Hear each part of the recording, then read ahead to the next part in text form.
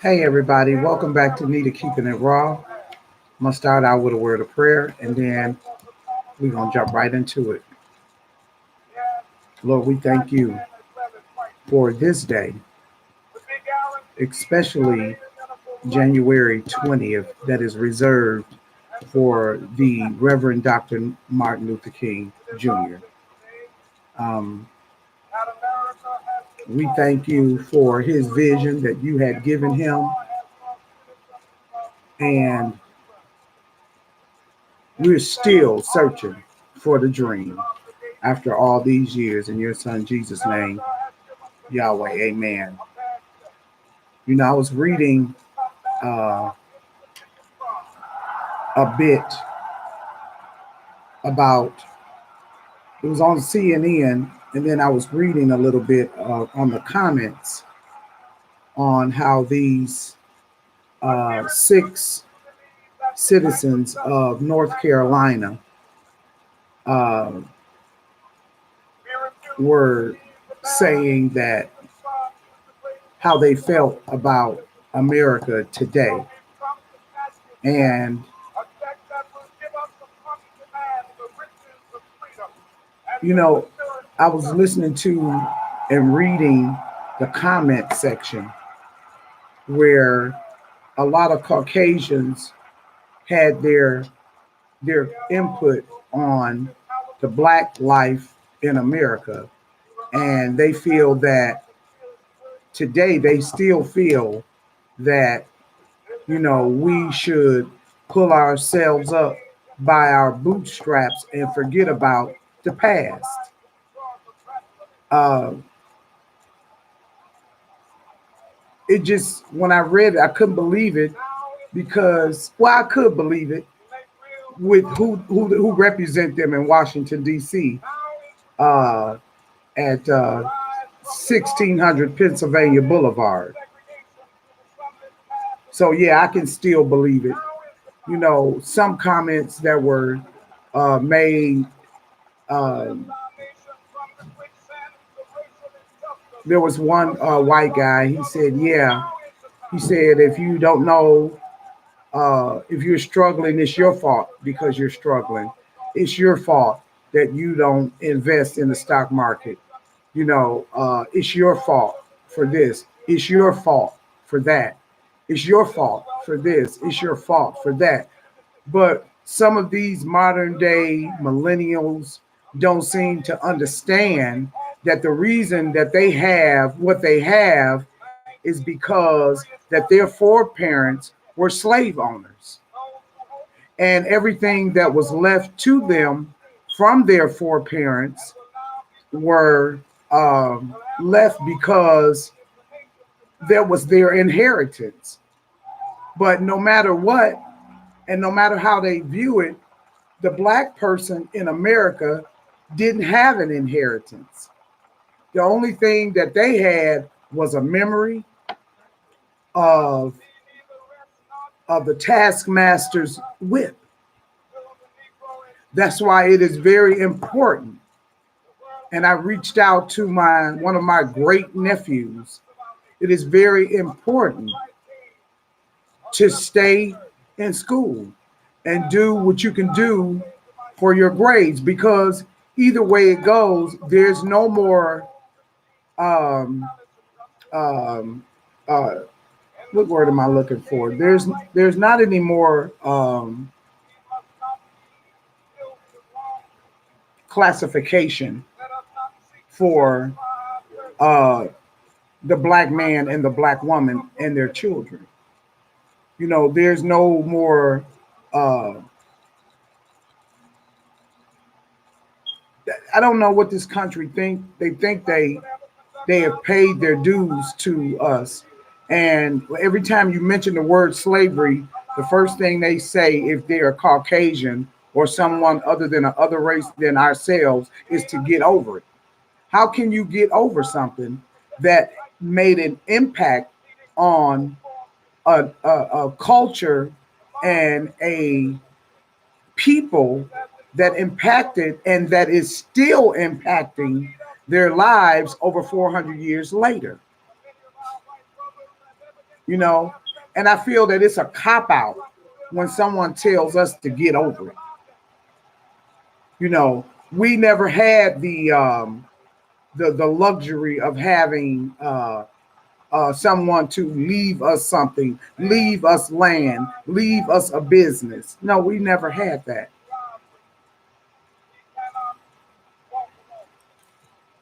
We never had that. And all these white people that, and I'm tired of calling them white because they're not white. This is white.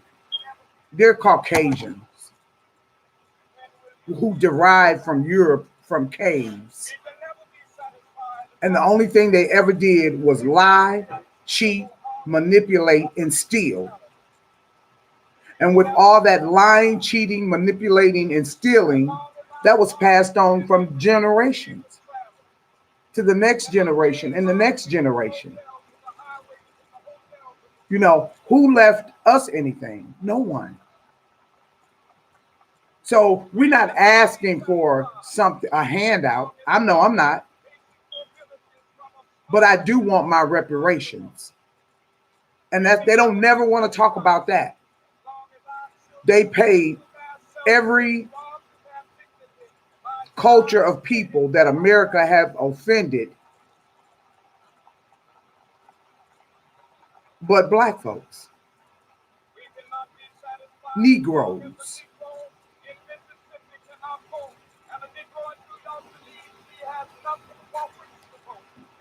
So with that said, you know, I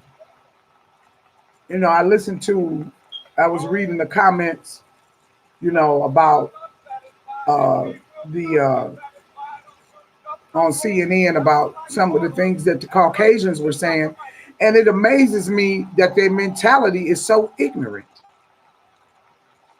They sitting up here, yeah, well, you all need to do this and you all need to do that. We do what we can, and we've made it thus far by the favor of God. It ain't by the favor of them. And I hate to classify all Caucasians in this subject, but no matter if you a good Caucasian or not so good or a no good Caucasian, you still have reaped the benefits from your ancestors, which were slave owners. And we are the descendants of the slaves.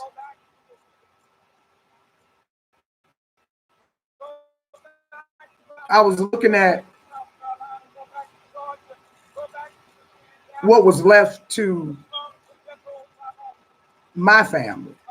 Some of the things when I was a kid that I would see in the home, like our old Bibles, our different type of firearms that were firearms from World War I, World War II, 24 karat gold bracelets that, one of my grandmothers, the oldest one, she wore all the time for her arthritis. Well, when she died, my relatives from Texas, before we came from Michigan, they came from Texas and they took everything.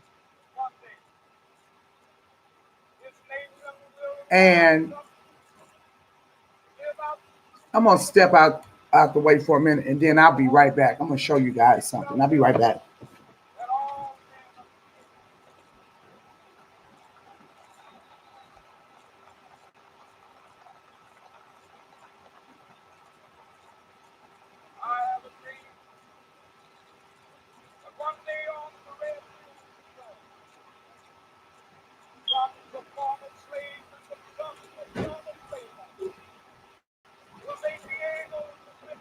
Okay, I couldn't find all that I was looking for, but I did manage to find one of these pictures that I grew up with.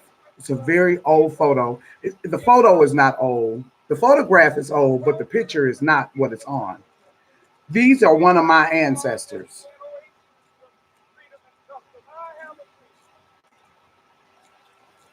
I grew up as a child looking at this picture with my third great grandfather. And this man was my um, third grandmother's brother. And his name was Saul Lawson. So I know my history when it comes to my ancestors. But I have a cousin right now who has this picture and the other picture of my grandfather in her home right now. And she feels that it's hers. She's the oldest person left. First of all, she stole it. She didn't go by waiting for us to get around, because in my family in Mississippi, it was the haves and the have-nots, and they were the haves. They wanted everything. So before we could go and get things like this or sit down and talk about it as a family, okay, who's going to get this and who's going to get that? They just went and took it all. So that's why I said the only inheritance that we have as Black people are memorabilia, things like this of our family members. And then we have the greedy family members that just come and take them. You know, and I was looking at the old family Bible. It's so old, I can't even pull it out to show it to you. And it belonged to my grandmother who was born in 1888. I got it. It's in the back, but I can't show it to you because it's so old. You know, that's a long time ago. So I don't want it to break and fall apart. I really would love to show it to you, but give me a minute.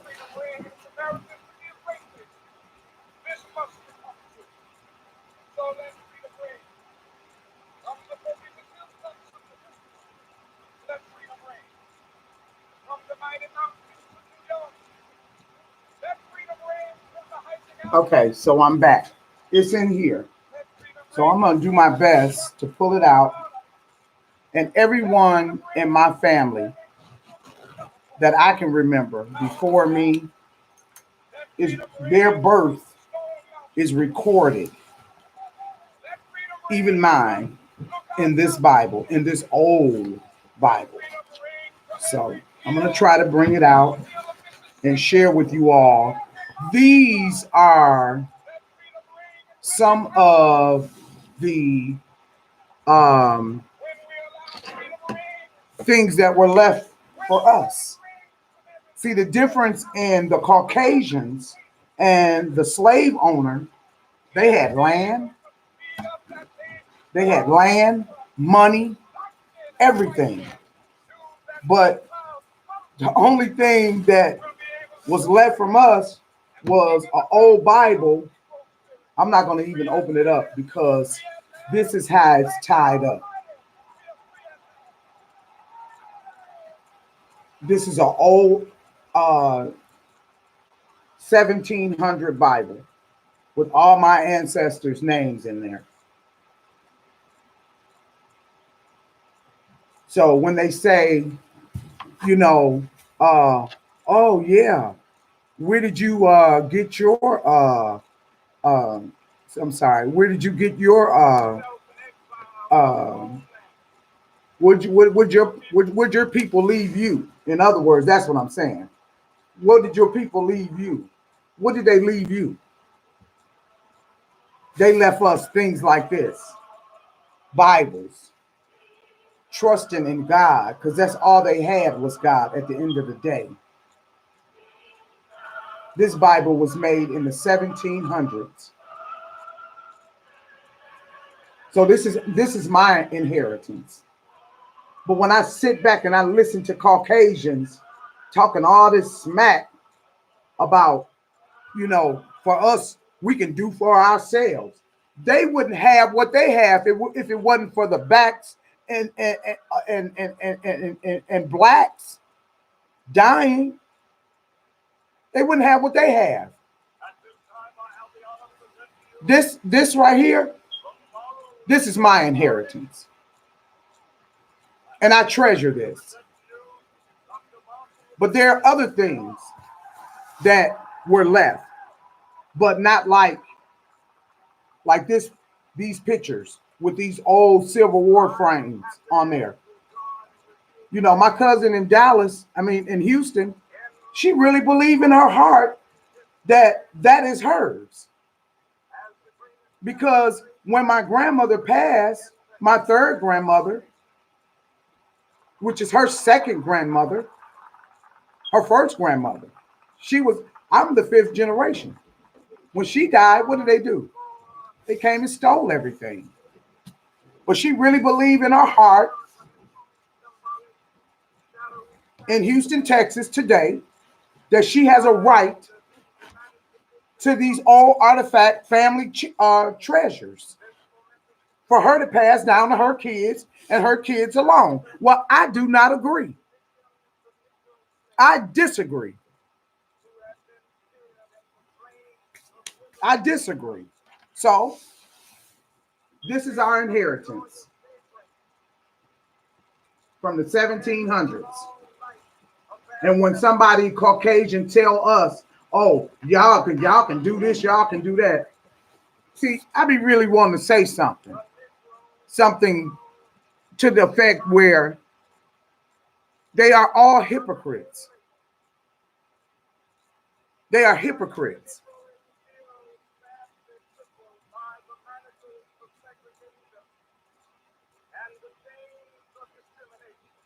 But see, I don't want to argue over with my family.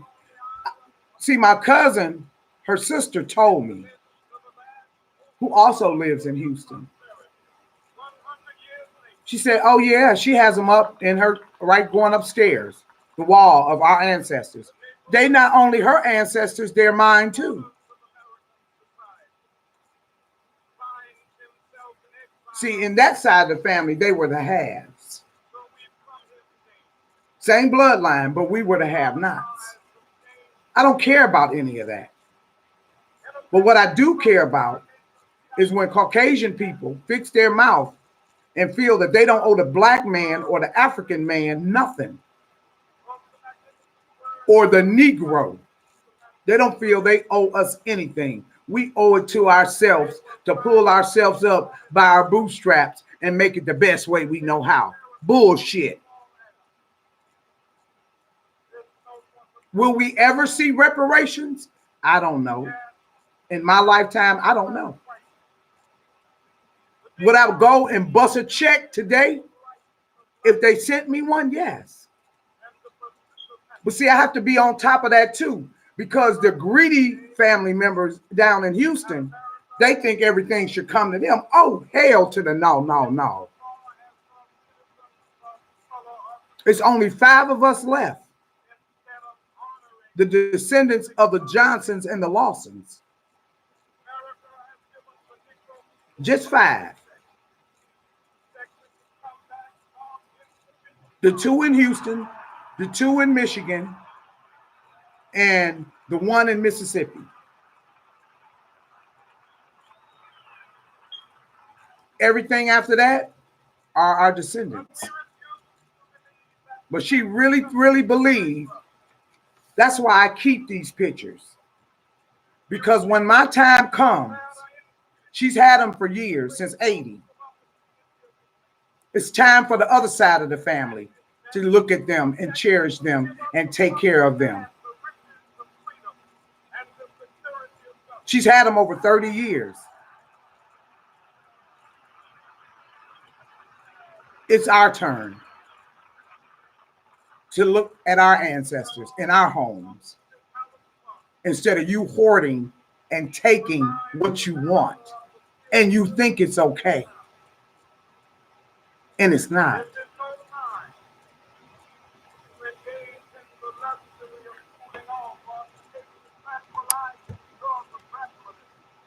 It's not. It's not okay. So with that said, this is Nita keeping it raw.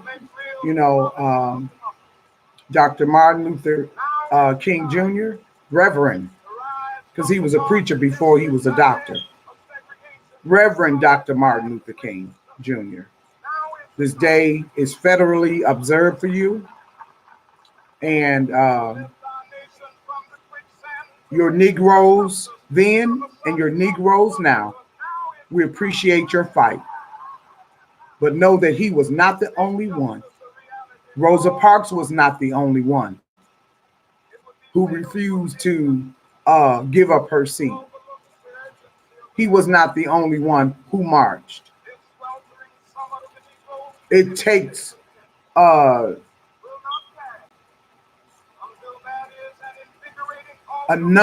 numerous amounts of people to get together to make numbers.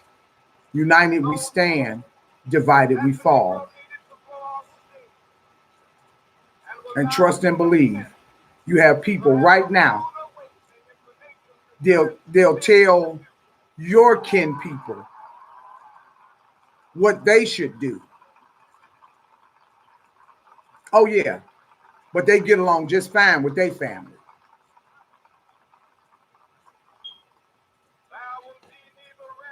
Karma. Okay, this is Nita keeping it raw. Talk to you guys sooner than later. And remember,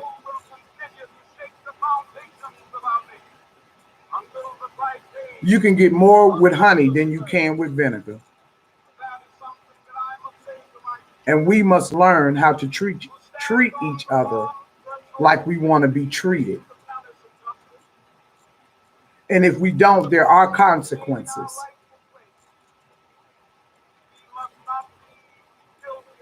We don't even know our original last name.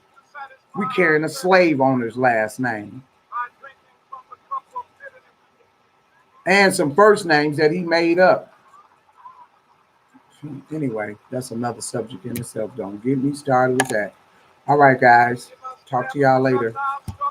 Food for thought. Have a good day.